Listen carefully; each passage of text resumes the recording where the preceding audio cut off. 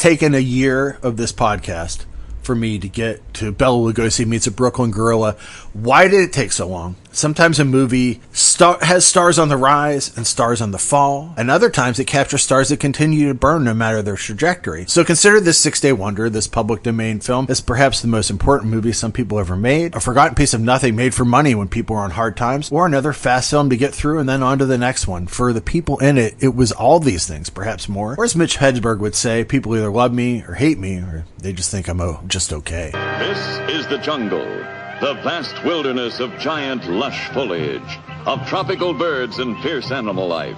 The killer tiger, the cunning hyena, the deadly python that can crush a giant elk, the proud lion, a fierce lioness stalking a prey to feed her young, and the buzzards, the scavengers of the jungle, soaring lower, ever lower, eager to devour the dead or the dying. Kill or be killed. This is the law of the jungle. And here? What have we here? Who are these men?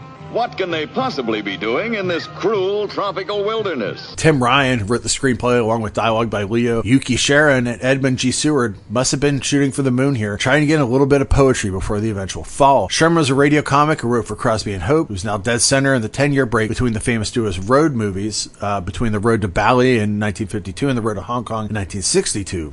Strangely enough, The Road to the Fountain Youth was playing in 77, the two playing older versions of themselves, and then new actors would come in once they found Ponce de Leon's goal. But Crosby's death that year canceled the movie. He would have been the right guy to write buddy dialogue. We're talking about Sherman here. Seward made this his last script after a stint that goes so well in Australia as a movie Thoroughbred has an ending stolen from the film Broadway Bill. And he also wrote for the Bowery Boys. As for Ryan, he also wrote plenty of Bowery Boys films and other ones at Poverty Row Studios like Monogram of Columbia, while adding up to 157 writing credits. If his last name Ryan sounds familiar, his ex-wife and one-time comedy partner Irene kept it after the divorce and ended up being an overnight success, except, she worked in vaudeville, movies, radio, and TV since she was 11 years old as Granny on the Beverly Hillbillies. So look, none of the writer stars were on the rise. Nor was Bela Lugosi, despite the Universal films becoming famous again as they were reissued in theaters and began playing as TV packages. Bela wasn't seeing much personal success, traveling the U.S. and even England playing summer stock, spook shows, doing live appearances. He was nearing the end of his fourth marriage to 29 years as junior Lillian Arch, who would leave him for the man Bela was sure she was sleeping with. Her boss and film noir actor Brian Donlevy. He was also addicted to doctor-prescribed morphine and methadone,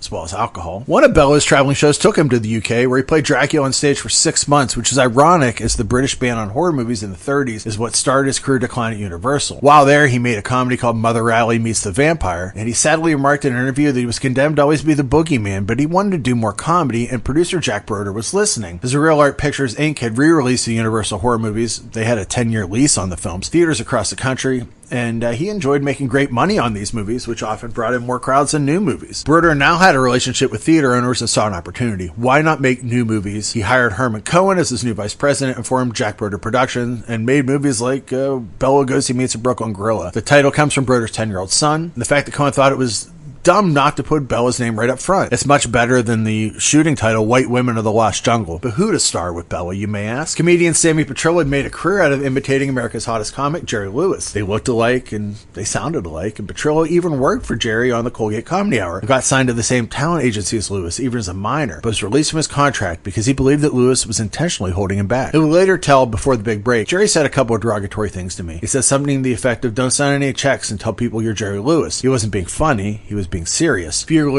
years later, Petrillo went on to film a musical comedy team with singer Duke Mitchell. With Mitchell as Dean and Sammy as Jerry, the duo played big stages like the Paramount Theater and the Copacabana in New York, as well as the Flamingo Hotel in Las Vegas. You have to imagine that the Rat Pack was not pleased to have the two doing this act on their turf. In fact, Lewis threatened to boycott anyone that booked him. One instance was another time they were to be on the Colgate Comedy Hour, hosted by Abbott and Costello, who should have been just as peeved as Lewis about this movie, because this movie is apes, pardon the pun, Abbott and Costello meet Frankenstein. Petrillo would later tell Psychotronic Video there was one of Jerry's cronies, one of the guys that worked for him, at the rehearsal, and he looked at us and walked out of the room. I turned to Duke and I said, "That guy just went to call Jerry, we're off the show." And then Lou Costello walked over us and said, "Fellas, I hate to tell you this, NBC will not allow us to put you on the show, but we're going to pay you anyway." He said Jerry Lewis did it. That really happened, and then it happened in nightclubs, and we were blackballed here and there. The hate was so intense that the man who had made The Day the Clown Cried in the Sun would remember Sammy until the day he died, even telling the New York Times, In his obituary, when Sammy and the other guy played in that gorilla movie, I remember my dad and Dean saying, "We gotta sue these guys, this is no good." Whenever there was any mention of Sammy Petrillo, it was a tense moment.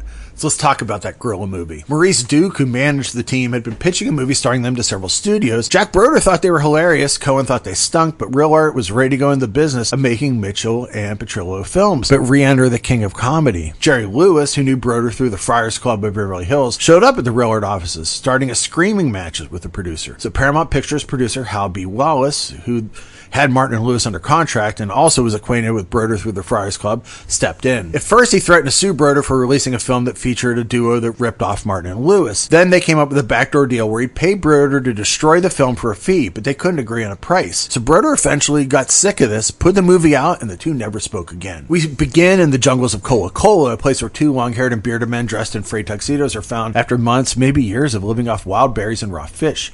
Rescued by the tribe of Chief Rakos, this is Al Kikomi in his last role. He's a Hawaiian actor who was often in jungle movies. And his daughter Nora, Charlita, that name sounds exotic, but she was really Claire Faridas from Massachusetts.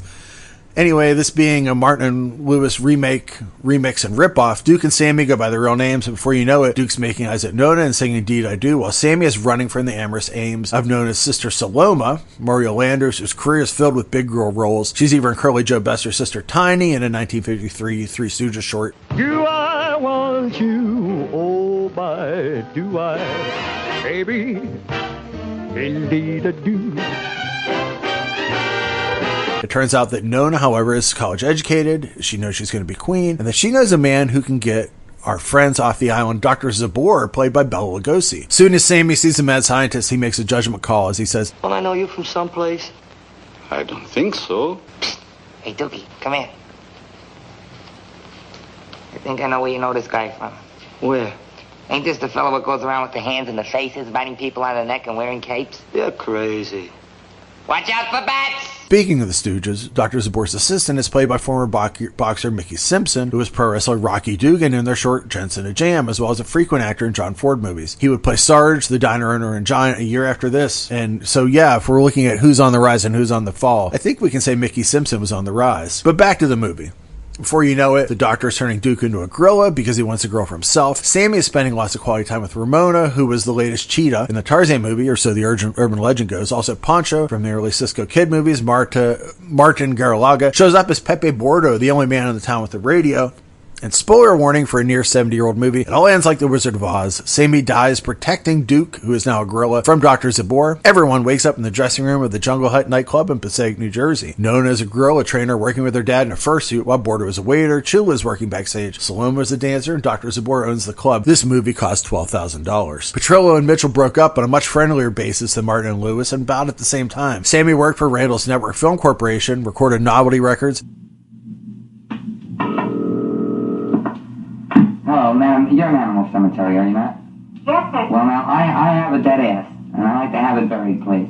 Very quick. No, please. Oh. I was sitting on my ass, and suddenly it died.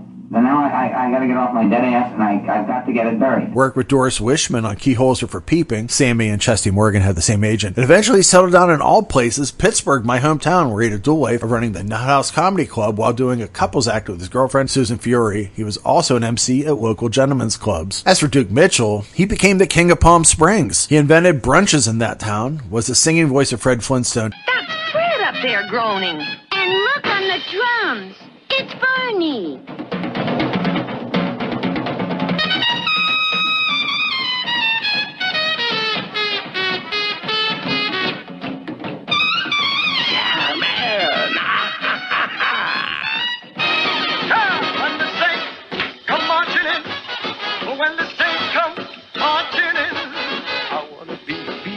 In that number, when the saints come marching in. And he made two auteur films that you need to see, Massacre Mafia Style and Gone with the Pope. Grindhouse Releasing put those out years after his death. They are both amazing movies. As for Bela, his career sadly declined after this. While Boris Karloff would make films of varying quality, he could command his own TV show, Thriller, and he worked everywhere.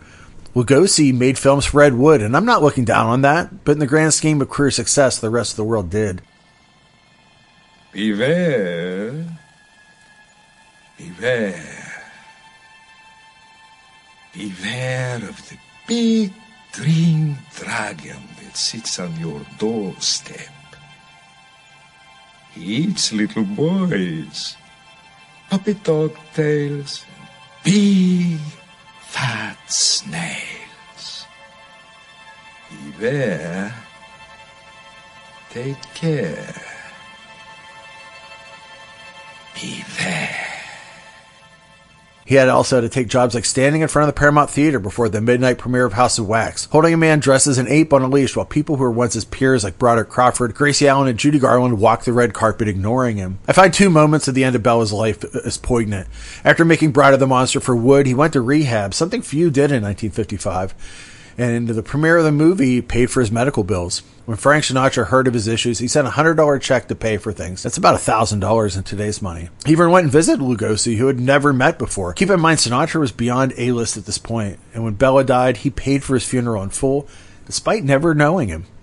Second, Bela met his final wife, Hope Liniger, after rehab. She wrote him letters signed with a dash of hope. It may have been 37 years younger than him, but she was with him for the last year of his life, and after his death, she never remarried. She left for Hawaii, where she worked as a nurse for a leper colony. The son of Bela Lugosi Jr., may have believed that Ed Wood was taking advantage of his father's fame, despite evidence that Wood was there for Bela in his darkest moments. That said, Lugosi's son became an executive at Comedy 3 Productions, a place that helps heirs of celebrities to license and control likenesses. He told the Mansfield News-Journal it all started in law school in 1963 when someone brought to my attention that all the movie merchandise was coming on the market with Dad's name and likeness on the products. I never authorized Universal to use his name and likeness, so when they refused to stop using it, I filed a lawsuit claiming the right to commercial use and likeness survives the death of a celebrity. This ultimately went to the California legislature, and the Celebrity Rights Act became law. I nearly forgot to get into the film's director, William Billotine, who started his career as an assistant to D.W. Griffith on The Birth of a Nation and Intolerance. His directing career stretched from 1922 to 1966. His final film was, of course, Jesse James Meets Frankenstein's Daughter. In Harry Medved's book, The 50 Worst Films of All Time, he gave Bodine the nickname One Shot because everything ended up being in his films, like actors screwing up their lines or special effects not working properly. But the truth is, the director has some talent, and he worked with plenty of talented filmmakers and actors, including Mary Pickford, Max Sennett, and W.C. Fields. However, bad judgment and worse luck ruined his career. He went to England in the 30s to work with their top stars. He directed there and expected to come back to the United States with his A-list status intact. Sadly, studios no longer wanted to pay his salary, and even worse, he lost his personal fortune when the bank he bought an investment in failed. It got worse. Most of his UK income was then seized by the British government in taxes. Then, publicist turned producer Jed Buell and Dixie National Pictures offered him $500 to direct a one-week job in an all-black picture. The director realized if he took one of these jobs, at the time called race films, he'd never come back to the limelight, but at that point he was near destitute and needed the work. So he reinvented himself as a master of low-budget films, foregoing art for survival. He recouped his finances through the sheer amount of work he turned in, working in all genres and with all stars. Beyond this movie, he worked with the East Side Kids and made nearly half of Monogram Pictures' series of Bowery Boys comedies. In fact, he became the master of sequel films way before we ever knew what those were, working on films with characters like Torchy Blaine, Jiggs and Maggie, The Shadow, and Charlie Chan. He also directed Mom and Dad, the film that pretty much sets up the exploitation movie pipeline until the death of grindhouses. Produced by Kroger Babb, this film was distributed by a loose-knit organization that called themselves the 40 Thieves. You had guys like SS Team Chip Millard, who produced Is Your Daughter Safe? Samuel Cummins, whose Public Welfare Pictures and Jewel Productions brought to the public 10 Days in a Nudist Camp. J.D. Kendis, who produced Gambling with Souls. Dwayne Esper, who brought one of the original serial killer movies, Maniac, to the public, as well as buying Freaks from MGM for just $50,000 and redistributing movies like Reefer Madness. Willis Kent, who made The Wages of Sin. Louis Sonny, who owned the West Coast with films like Television. And Howard Pappy Golden, who was known for stealing prints from the other thieves. They were in a studio as much as an informal trade organization, kind of like the old National Wrestling Association, to use something they called the state's rights system. Truly, Mom and Dad is an exploitation landmark. We wouldn't have so many of the films we love without it. Bodine became so well known for his efficient directing that Walt Disney himself used him for several films. He directed the special Disneyland After Dark, whose title was appropriated by the Danish rock band DAD. TV was tailor-made for the director as he worked on shows like Lassie. He was even the director of Plan 9 from Outer Space alum Criswell's TV series Quizball Predict. While Jesse James Meets Frankenstein's Daughter is Bodine's last film, several episodes of The Green Hornet that he directed were repackaged well after Bruce Lee became famous. 1974's The Green Hornet and 1976's Fury of the Dragon. But anyways, by all means, you should watch Bela Lugosi Meets a Brooklyn Gorilla. You are at the nexus of stars, of lives, of history when you watch this film. Hey, thanks for listening to BNS About Movies. This is Sam. You can come to the website, BNS About Movies. Write to me at bnsaboutmovies@gmail.com.